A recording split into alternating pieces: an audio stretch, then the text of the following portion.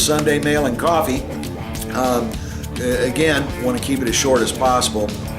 And I apologize for it being late, but I run a jam session on Saturday nights, and it takes me a little while to get going, sometimes Sunday morning. But anyway, real quick, first off, I want to thank everybody that checked out Spoonful, and especially those that sent me such nice emails afterwards. I really appreciate it. If you haven't seen it yet, I'm going to put a link right there and ask you to go check that out for me. And if you wouldn't mind, please share it out on Facebook, any of your other social networks, and help me get some views on this and spread the word, okay? Because this is the first official video for the CD, and moving forward, we're going to work really hard on spreading the word on it. So anyway, if you watched it every day, it wouldn't hurt my feelings. The scale book, got some questions about that because I mentioned it a video or two ago. And here's what's going on. You know me, I always talk about building the foundation first and then building the house. Well, basic scales are part of the foundation. And so what I'm doing is 5 scales. The major and minor scales, the major and minor pentatonic scales, and then the major scale with a dominant or flat 7, also known as the Mixolydian mode. Because these, from my experience, all the years I've been playing, these are the 5 most important scales for blues, rock, country, funk, R&B, all of the main genres, the most popular genres. These are the most important scales. Sure, you're going to use others occasionally, but again, foundation first.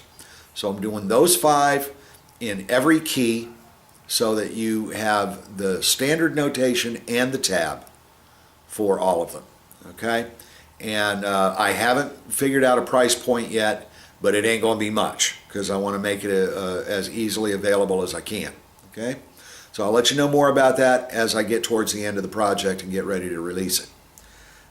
Next, 2 fingers.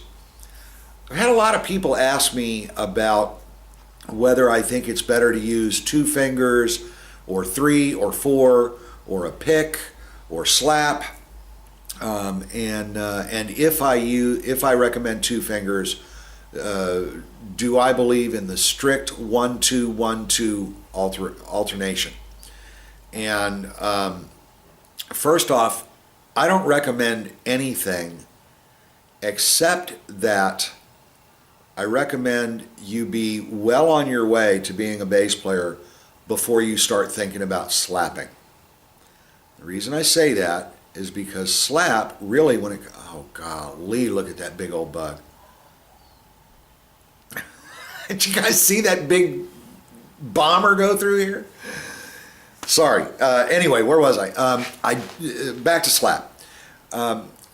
Slap is not a technique that you can use on every song you play. As a matter of fact, for most players, it's a specialty technique. Now, if you want to be Mark King and all you ever want to do is put a thumb to the fretboard, which actually Mark does not, he does use his fingers sometimes, then certainly you would concentrate on that. But I think it's better to concentrate on things like notes and scales and riffs before you start spending so much time incorporating slap into it. But certainly it's a technique that a lot of people want to learn. Fingers or pick, Coke or Pepsi. One of the most recorded bassists in history plays with a pick. And I don't know the guy's name, but just recently there's a young fella in a toque with his buddy drummer just slamming some funk out, and he's using a pick. I am a finger style player because that's what most players were when I first started playing bass, and I emulated them. But when Chris Squire came out playing a pick, then I started looking at pick technique, and I still use pick technique in the studio when required. When I play live, most of the time, no, I do not. 2, 3, or 4 fingers. How many do you need to do what you want to do? I don't play in a genre that requires blinding speed 16th notes. So I never felt the need to learn to play with 4 fingers or with 3 fingers and figure out how to do 3 fingers across 4/16th notes and all of that. But on the other hand, I learned how to do 2 across triplets because that's what I use in the music I play. So how many fingers you choose to use, I think depends on what you're comfortable with and the genre that you're playing. If you need the extra finger for speed, then yes, you should use it. But I think that most music you can play with 2 fingers. And you know, James Jamerson did a whole lot of really, really cool, really busy lines and used 1 finger, called it the hook, right? So, you know, strict 1-2 alternation. No, I do not use it. Yes, I understand that a lot of people feel it's very important. As I developed my picking technique, my plucking technique, instead of going strict alternation, sometimes because the series of notes that I'm going to play are going to go across more than 1 string, I will drag a finger from 1 string to the one below it and use that finger twice in a row. So it might be 1 2 2 1 2 1 2 1 1 2 2 kind of thing. And I don't really think about it anymore.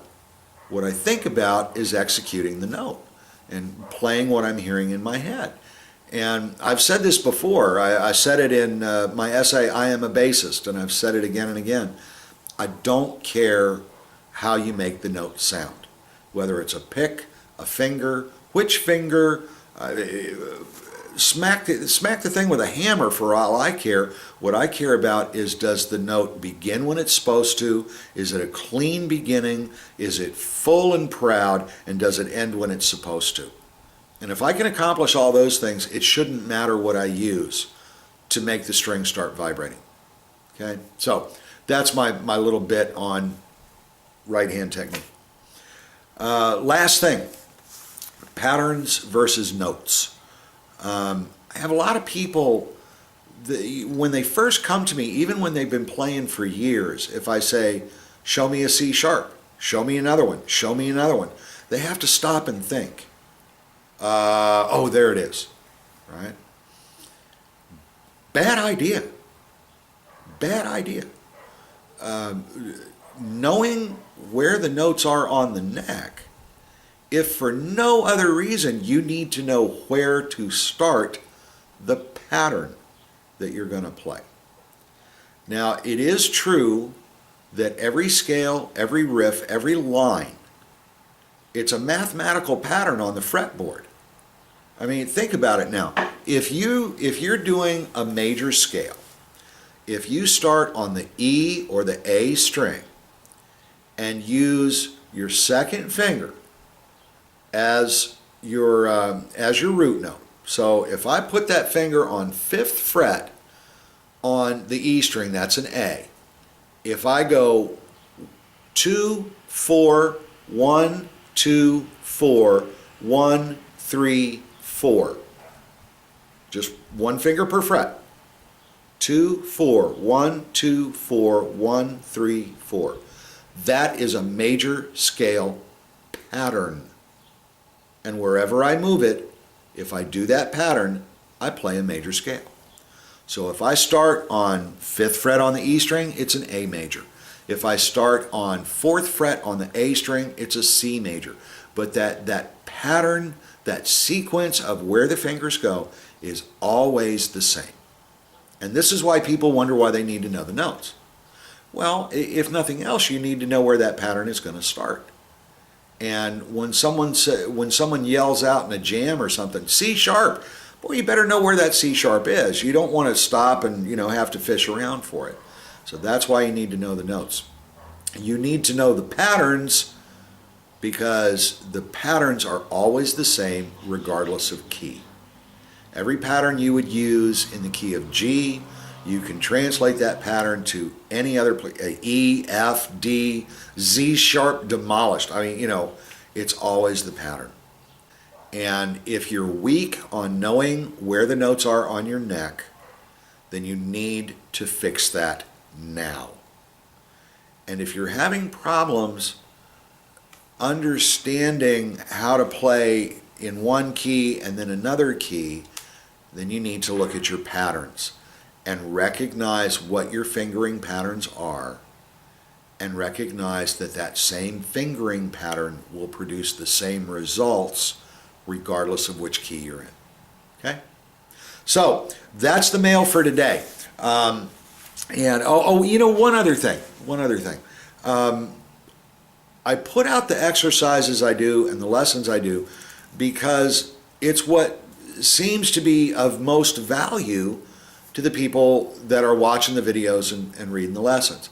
So if you don't feel like you're getting as much of something as you would like, please take a minute to write me a message. You can message me off of the Bass Lessons HQ page on Facebook.